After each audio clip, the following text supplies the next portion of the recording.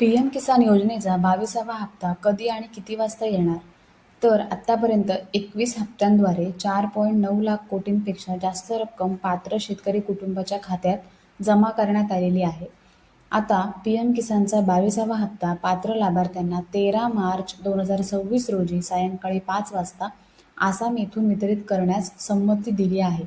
या कार्यक्रमादरम्यान 18,650 कोटींपेक्षा जास्त रक्कम सुमारे 9.32 कोटी पात्र शेतकऱ्यांच्या बँक खात्यात डीबीटीद्वारे थेट जमा केली जाईल.